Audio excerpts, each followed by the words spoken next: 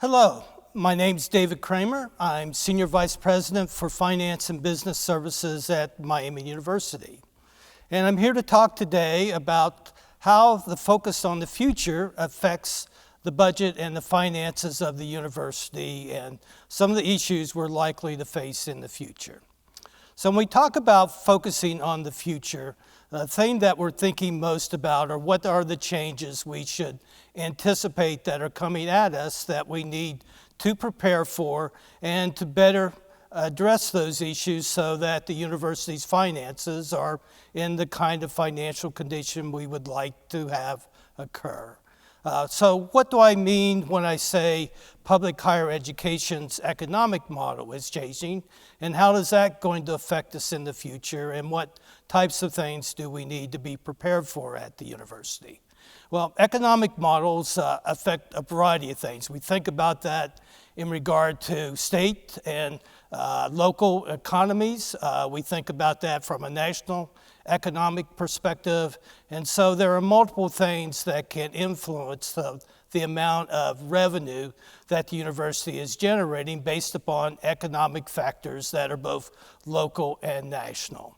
So if we think about the last few decades, we've already adjusted to some fairly substantial financial and economic changes. Let me put up a graph that shows what's happened in recent years in regard to state support for the university. One of the things that we've had to adjust to really over the last probably 5 decades, but clearly over the last 2 or 3 decades, is reductions in state support. We've faced significant challenges from the standpoint that state support has not kept up with inflation or the enrollment and other activity at the university. The slide shows you how volatile it has been over the last 30 years and really how extremely volatile it's been over the last 2 decades. In reality, the amount of state support that we'll receive this year is a little over $3 million less than what we got 20 years ago. So in reality, that state support isn't keeping up, and we've had to find other ways to fund the university. There are challenges to that, and I'll explain a little bit later why that move away from state or federal support for higher education can be challenging. So let's look at what's happened over the last 2 decades in regard to the university's funding. You'll see on the left is where funding stood and the different sources that supported the Oxford budget, what we call the general fund budget back in 2001. Good news, when you compare it to this year's budget, it has grown about double since 2001. So even though state support, you'll see in that yellowish bar there, is actually a little bit smaller today, the reality is we've been able to sustain revenue growth in spite of that the absence of any growth in state support. You'll see that that's occurred in a variety of ways. Our endowment and investment income is substantially larger today, about 10 times what it was back in 2001. But the big growth has occurred in tuition, and that has been the primary way that the university has funded its operations over that last 2-decade picture. Some of that has been challenging from the standpoint that we've seen the price of tuition at the university grow substantially during that period, about 30% over what it was back in 2001. If we look at the impact of that, as we examine the last few years, that growth in tuition really hasn't been occurring.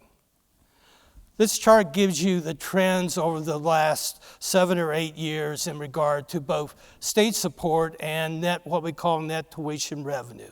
And you'll see, surprisingly, even though over the last 2 decades we've seen good growth in that net tuition revenue, the last 5 years that's not been true. We've seen steadily declining net tuition revenue that we've had to find other ways to optimize our budget to be able to absorb that lost revenue. If we look at that amount, it's about $46 million that we've lost over that period of time. If you think about the growth that probably should have been occurring, that number is closer to $80 or $82 million that we don't have today, that otherwise would be supporting the operations of the university. So this has been a recent challenge, and to better explain what's been going on, let me provide some additional information.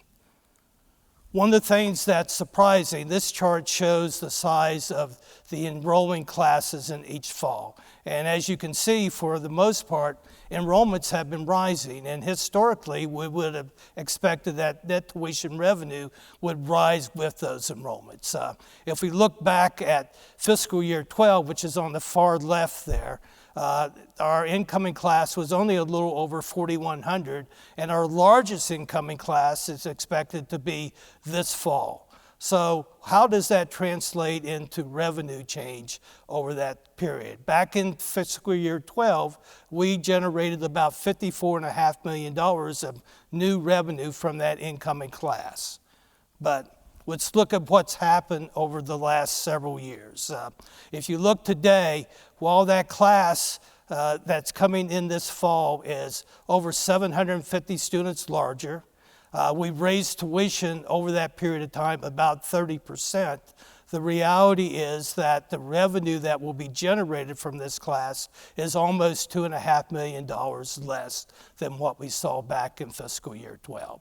So this is an ongoing challenge. As you can see, we're seeing declines generally every year in the amount of that net tuition revenue, which means each succeeding year, the amount of the budget must decline to match that lost revenue. So why is the revenue down? This chart shows what's happening to financial aid, and you can see the rising amounts of aid. The red at the top of the bar reflects the continuing classes each year. The blue at the bottom reflects the amount of aid that was necessary for the students enrolling that fall. So as you can see, we've gone from back in 2010 to almost no aid offsetting our tuition revenue to about $51 million that was needed for this class, which is about $15 million more than what we needed in the prior year. So what's driving all of this change? And this goes back to the economics that I started to talk about at the beginning. When you think about pricing and when we don't rely upon federal and state support, we're driven by market issues. Over my lifetime, those market issues have all been positive, generally for higher education. More students enrolling every year, more students seeing the value in education, willing to pay what the cost of that education was to enroll the best institution that they can be enrolled in. The reality is we're seeing shifts in that today. The size of graduating classes is on decline. They peaked in 2013, and they're going to continue to decline, especially towards the middle of this decade and at the end of the decade. We're also seeing changes in how students and families make the choice about which institution to enroll. They're much more price sensitive today and more willing to even compromise on the quality of the institution where they would enroll based on price differences between institutions. So what that's meant is that aid packages in order to build out our classes continue to rise. So what do we do about this as we look towards the future? What are the types of things that the university needs to do to reverse this trend? The good news is there are things we're already doing, and there are things we can do to influence these economic dynamics, even though they're likely to become more challenging for us in the future. So let me talk about the types of things that we're working on today and will need to continue to do as we go forward. We need to invest in what we call in-demand academic programs. We're seeing that with 2 new buildings that are either already started to be under construction or about to be under construction. Clinical health, given the issues we face with the pandemic, is likely to be a field that many students will be interested in going forward as jobs and other things drive more graduates into health professions. So the new clinical health building and the investment in the faculty that's needed for those programs will help us in attracting students into these programs who are hopefully more willing to enroll at close to the full tuition for those programs. Data science, other areas of technology is another focus, and the new McVeigh Data Science Building will help us with those programs as we look to grow enrollments in those areas as we move forward. Where we recruit is going to be important going forward as well. We've already, in this last decade, begun to recruit more internationally and across the United States. At one point, we largely recruited in the Ohio, Indiana, Illinois, and in the northeastern United States as we built out our classes. Today, we're recruiting students from California, from Colorado, from the DC area, from the Atlanta area, markets that we didn't historically have to visit to recruit students. So our investment in those recruiting activities is rising. The other issue that we face around global recruitment is that we need to continue to be focused internationally on our recruiting activities. We obviously had a great deal of success in China, but recent events has made that more difficult. So we're broadening the number of countries that we're recruiting in, and that activity is likely to be even more important to us in the future than it was in the last decade. Graduate programs are another area that we're seeing changes and create opportunities for us as we go forward. Some of those are programs where students will be retained beyond their bachelor degree to complete a graduate degree and the benefits that brings for them in their career search and in their starting salaries following their graduation. Starting salaries are an important element that students are evaluating today. The higher those starting salaries are, the more interest they have in enrolling at that particular institution because of the focus on the return on investment from the choices they're making. We also have more opportunity today to recruit graduate students because of the technology improvements that we have. We were once limited in students having to come to the Oxford campus to participate in these programs. There are market opportunities today where we can recruit many graduate students who may only in a very limited way step foot on the Oxford campus. We've focused in the last 2 decades on philanthropic support, and that needs to continue to be an emphasis. We've obviously had good success in growing our endowment and investment income, but I do see that being even more important as we look to the future.